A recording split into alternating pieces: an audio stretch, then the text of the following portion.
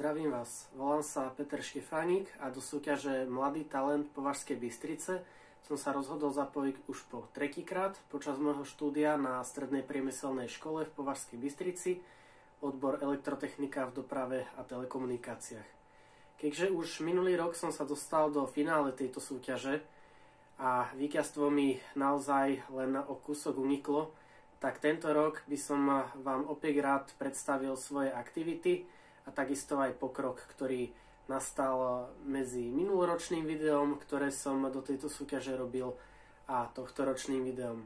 Ako môžete vidieť, pomenilo sa pár vecí už aj z miesta, z ktorého natáčam, a teda nejaké nové vybavenie, ktoré som už minulý rok vo videu spomínal, že používam na komunikáciu s astronautmi na Medzinárodnej vesmírnej stanici. A zaujímavosťou je, že sám som sa ku svojmu snu kozmickému letu priblížil, takže som sa stal kandidátom na astronauta, kandidátom na komerčného astronauta pre organizáciu SERA, ktorá má práve v záujme poslať 6 bežných civilistov z celého sveta na suborbitálny let, ktorý prevádzkuje spoločnosť Blue Origin na svojom suborbitálnom raketovom nosiči New Shepard. A dostal som sa teda do užšieho výberu, prešiel som cez niekoľko kriteriálnych kôl, ktoré vyberajú rôznych ľudí na teda túto príležitosť tohto vesmírneho letu. Obsahom tohto videa by som chcel ukázať pokrok v mojich aktivitách, ukážeme si nejakú moju vedecko-popularizačnú činnosť a takisto aj nejakú víziu do budúcna. Rád by som teda vám v tomto videu tak obšírnejšie predstavil moje aktivity a teda pokrok, ktorý v nich nastal. Keďže je to posledný krát, čo sa do tejto súťaže zapájam, keďže podľa nových podmienok sa súťaž bude konať už len každé 2 roky, čo už ja bohužiaľ vo svojom štúdiu na Strednej priemyselnej škole v Považskej Bystrici nestihnem. Tak verím tomu, že mojím videom vás zaujmem a uvidíme, aký bude výsledok tento rok. V tejto časti videa si opíšeme moje aktivity súvisiace s vesmírom a teda aj reprezentácie v súťažiach od ESA. Prvou súťažou, ktorej som sa zúčastnil vo februári roku 2025, bol AstroPi, čo je teda naprogramovanie takéhoto počítača. Je to Raspberry Pi, ktorá funguje na Linuxe, a vytvorenie teda jednoduchého programu, ktorý bude na tomto displeji zobrazovať obrázky astronautom na Medzinárodnej vesmírnej stanici. Do tejto súťaže som sa zapojil spolu s spolužiakom v týme Proxima Aerospace a neskôr sme sa zúčastnili aj v súťaži Kenset, a teda vytvorenie malej družice o veľkosti zhruba nápojovej plechovky, ktorá má teda vedeckú misiu, čo znamená, že bude počas svojho letu, respektíve pádu na padáku z výšky 1 kilometra, zbierať meteorologické údaje. A teda tlak a teplotu. Naša sekundárna misia bolo vysunutie 2 flexibilných antén, ktoré by mali fungovať ako teda antény komunikačného zariadenia, a toto komunikačné zariadenie slúžilo na spojenie 2 pozemných staníc, ktoré nemali na seba priamy výhľad, a teda zariadenie tretej strany, náš CANSAT, takýto pokus, takéto spojenie umožnil. To sú teda 2 súťaže od ESA, ktorých som sa zúčastnil. Venujem sa veľa vesmírnym aktivitám a teda dúfam, že ich budem časovo schopný všetky pokryť v tomto videu. Jednou z aktivít je teda radioamatérske vysielanie, ako som spomínal v minuloročnom videu. Stále sa aktívne venujem spojeniu s astronautmi a konkrétne sa podarilo dokončiť realizáciu automatickej satelitnej stanice, ktorá teda slúži na trekovanie družíc. Je to zariadenie, ktoré mierí 2 smerové antény typu Yagi na družicu, ktorá prelieta ponad moju pozemnú stanicu, a to teda umožnilo presné smerovanie signálu a lepšiu kvalitu spojenia s týmito družicami. Jedná sa teda o príjem fotiek z meteorologických družíc americkej spoločnosti NOAA, alebo teda komunikáciu s Medzinárodnou vesmírnou stanicou, takisto na komunikáciu s ostatnými radioamatérmi cez radioamatérske satelitné prevádzače, ktoré sa na obežnej dráhe nachádzajú.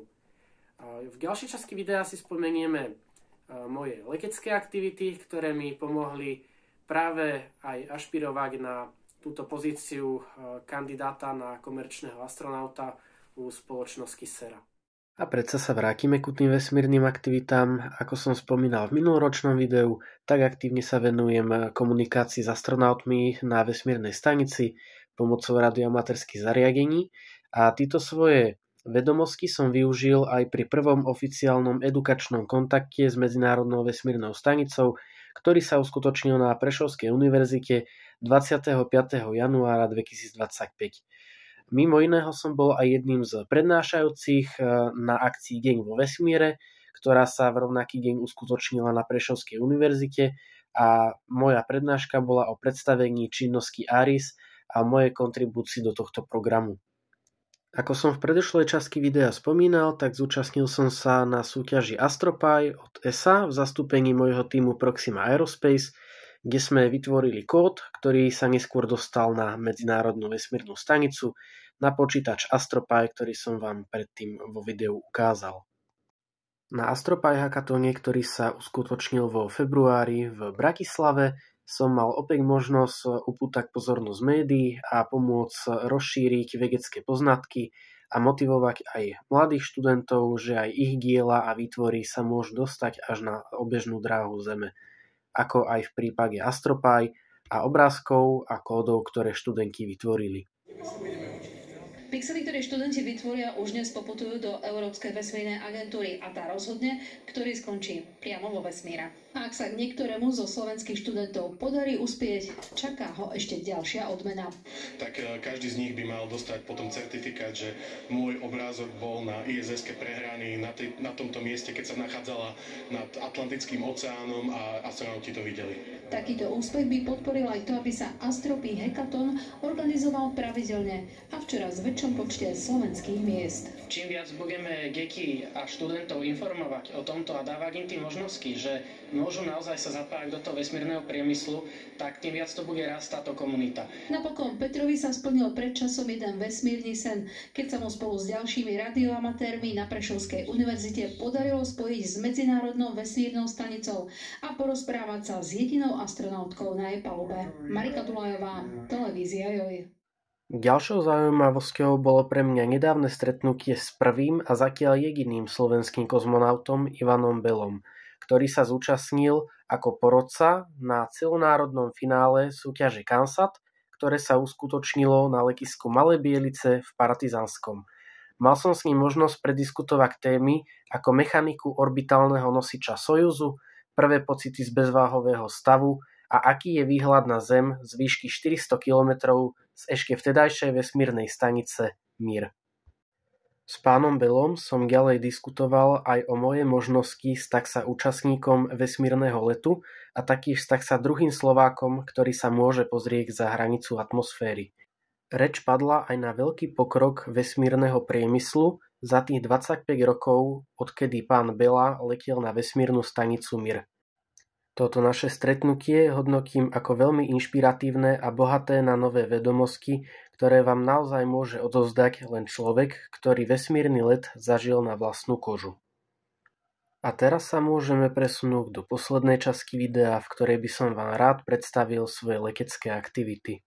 Vo svojej radioamatérskej činnosti, ako som už spomínal, sa venujem aj letectvu, a to hlavne bezmotorovému lietaniu a občasne aj motorovému lietaniu, ako budete mať možnosť vidieť v nasledujúcich záberoch. We should get away as the stars are drifting off into outer space, 'cause I've just had enough. With all our different stories, we'll follow the lights, but something might be ending when our worlds collide.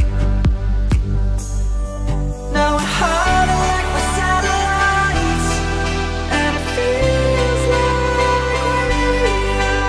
we're lost in a paradise, so far from